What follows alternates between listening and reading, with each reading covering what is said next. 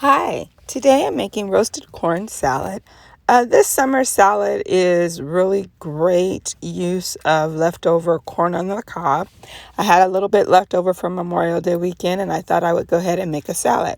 So we're going to begin by using about 2 tablespoons of jalapeno oil.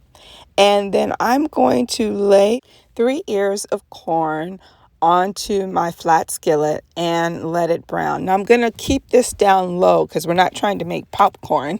We literally want it to just roast evenly as much as possible. Next, with a sharp knife, you're going to hold the corn vertically and then literally slice down the cob and let all of the kernels fall into a bowl, as you can see. And from there, I've chopped all of my ingredients for the salad. So what you see here is 1 small avocado chopped. It's not overripe. I have a half a cup of bell pepper. I've used orange and red for this, but you can use any color of bell pepper you like or flavor you like. I have an eighth of a cup of red onions, an eighth of a cup of my tomatoes from the garden.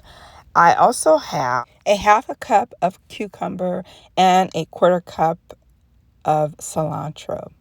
And so those are the ingredients for my salad. And so I'm going to just put a little salt and pepper to taste, and then I'm going to mix my salad, as you can see here.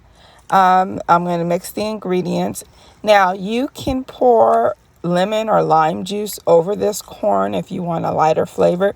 You can also use Italian dressing.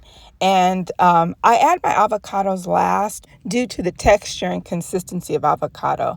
And it's going to give a light toss, and you can refrigerate it, and it's ready to serve in about 15 minutes.